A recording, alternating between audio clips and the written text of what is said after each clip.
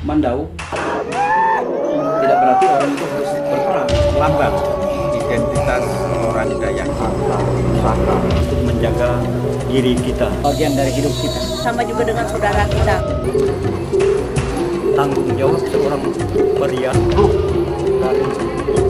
tidak hanya diakui oleh masyarakat Indonesia, tapi juga oleh masyarakat dunia. satu kebanggaan. Jangan sampai diberi negara tenang. Dan sebagai warisan budaya nasional, Pakailah Mandau ini sebagai kesatuan bagi kesatuan bangsa. Kita lestarikan. Kita tidak terima itu. Ini betul-betul hak budaya dari orang Dayak.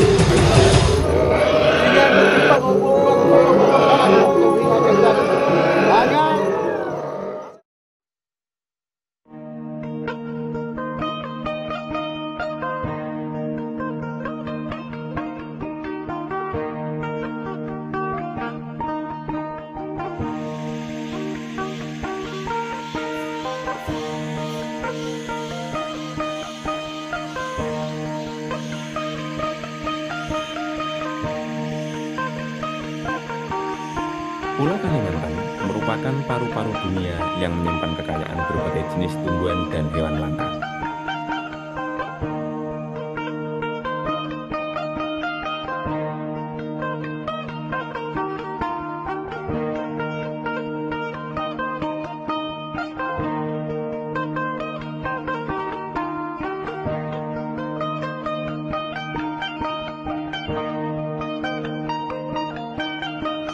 Pulau indah ini juga demikian lekat dengan budaya unik dari suku Dayak dengan karya cipta budaya yang berupa mandau.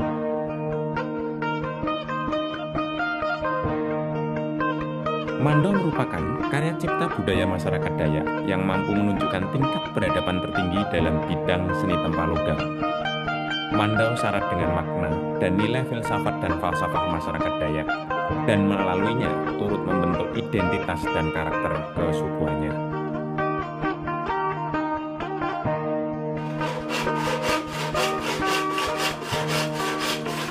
Mandau senjata khas Dayak Kalimantan. Senjata kita orang Dayak itu juga sama juga dengan saudara kita. Karena meskipun kita banyak saudara, saudara kita tidak bisa ikut kita ke sana kemari.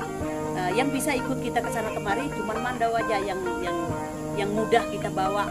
Jadi Mandau itu adalah budaya kita, khususnya orang Dayak, bagian dari kehidupan kita yang ada di Kalimantan. Mandau ini salah satu peralatan di samping budaya juga tempat kita mencari nafkah dari zaman nenek moyang pada zaman bahari. Alat pembelaan diri yang tidak bisa jauh dari tubuh orang Dayak ketika dia melaksanakan upacara apa saja. Mandau merupakan budaya luhur masyarakat Dayak.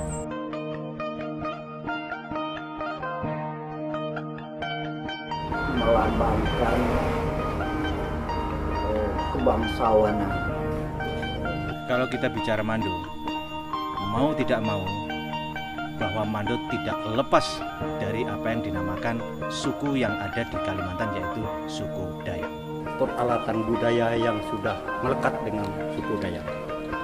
Sampai kapanpun yang namanya Mandau ini tidak akan bisa kita tinggalkan. Karena ini sudah melekat sebagai budaya yang sudah mendalam. Mandau merupakan karya cipta budaya yang senantiasa lekat dalam setiap aspek kehidupan masyarakat Dayak.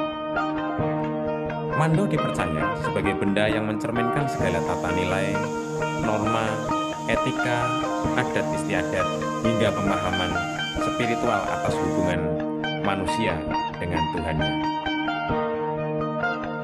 Mandau lahir dari konsep kesuburan yang tervisual dalam bentuk ibu Mandau dan anak Mandau, atau juga yang dikenal dengan istilah Mandau perempuan dan Mandau laki-laki.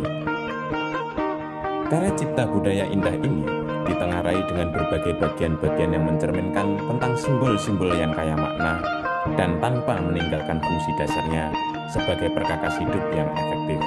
Secara historis, jenis mandau pada awal mulanya hanya dipilahkan menjadi dua jenis, yaitu mandau pusaka dan mandau perkakas.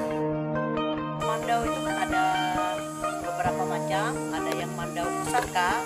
Jadi kalau mandau pusaka itu dia tidak boleh ditaruh sembarangan.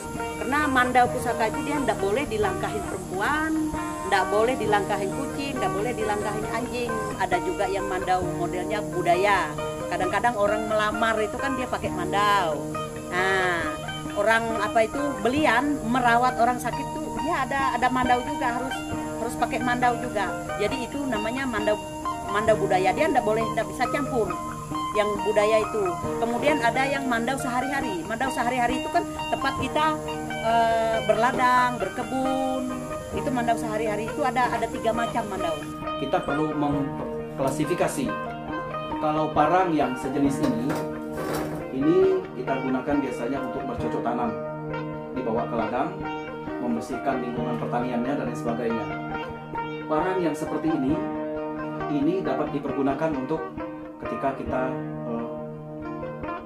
mau menikah, atau sekalian kalau memang ada perkelahian antar suku, ya ini merupakan senjata yang bisa.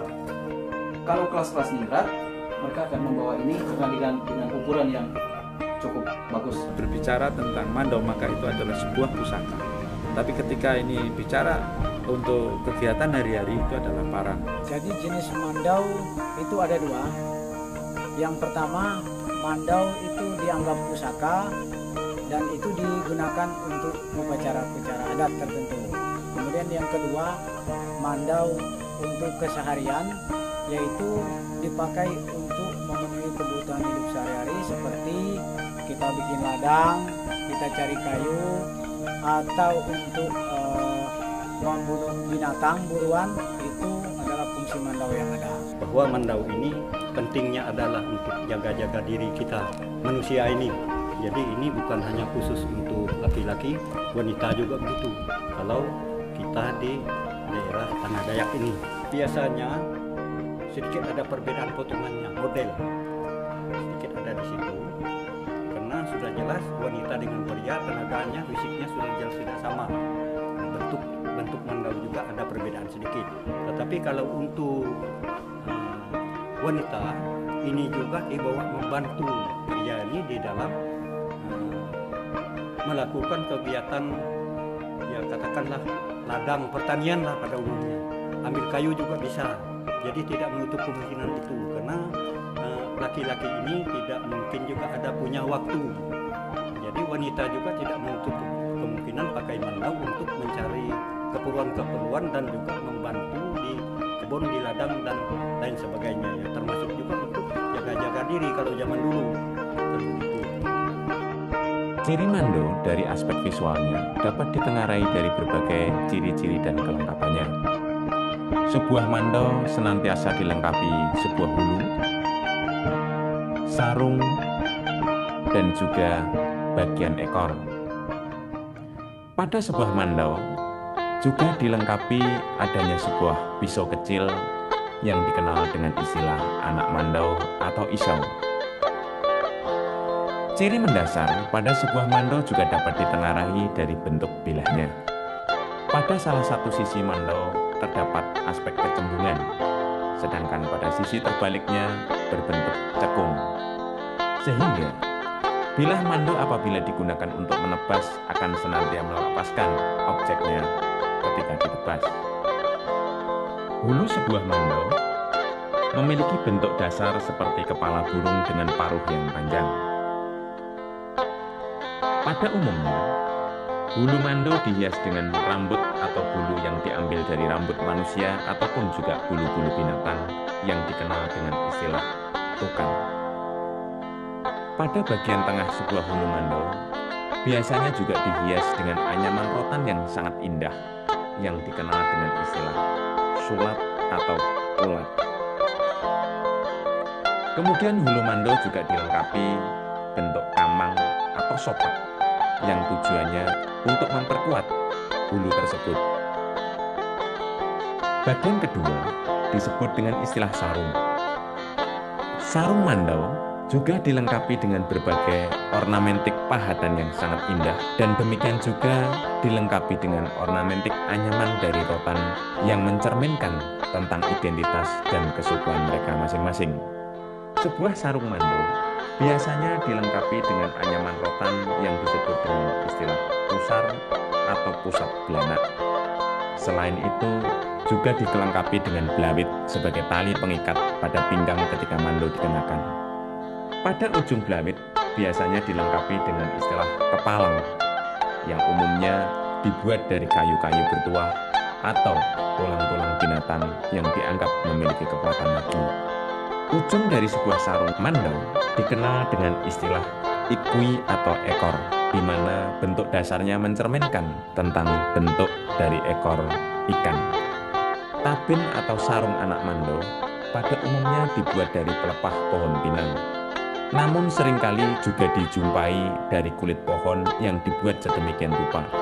Kadangkala sebuah tabin atau sarung anak mandau juga dijumpai dibuat dari kulit binatang yang dipercaya memiliki kekuatan magi dan memiliki tingkat kelangkaan yang tinggi. Bagian yang paling mendasar dari sebuah mandau adalah bilah mandau, atau biasa yang dikenal dengan istilah bagian isin.